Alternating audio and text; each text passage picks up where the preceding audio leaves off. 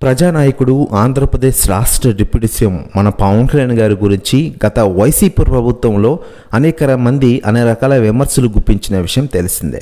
వారిలో కొడాలి నాని గారు కూడా ఉన్నారు. పవన్ కళ్యాణ్ గారినే కాకుండా చంద్రబాబు నాయుడు గారిని, లోకేష్ గారిని కానీ అందరి కుటుంబాల గురించి వారు చేసిన విమర్శలు ఇప్పటికీ వైరల్ అవుతున్న విషయం తెలిసిందే.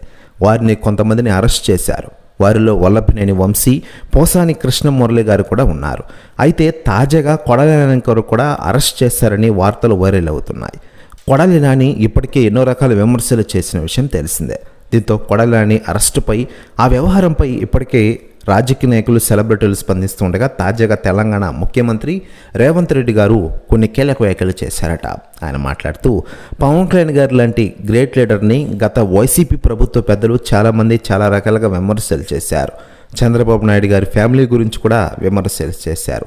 ఇది చాలా తప్పు కదా, రాబోయే రోజుల్లో అరెస్టులు జరుగుతాయి, ఇది కళ్ళ ముందు చూస్తున్నాం కదా అంటూ సంచలన వ్యాఖ్యలు చేశారట రేవంత్ రెడ్డి గారు. ప్రస్తుతం వ్యాఖ్యలు వైరల్ అవుతున్నాయి టోటల్ తెలుగు ఇండస్ట్రీలో మరియు ఆంధ్రప్రదేశ్ రాష్ట్ర రాజకీయాల్లో. మరోవైపు పవన్ కళ్యాణ్ గారి విషయానికి వస్తే ప్రస్తుతం ఆంధ్రప్రదేశ్ డిప్యూటీ సీఎం హోదాలో ప్రజలకు సేవలు అందిస్తూ పలు రకాల సేవా కార్యక్రమాలు చేసుకుంటూ దూసుకెళ్తున్న విషయం మనకందరికీ తెలిసిందే.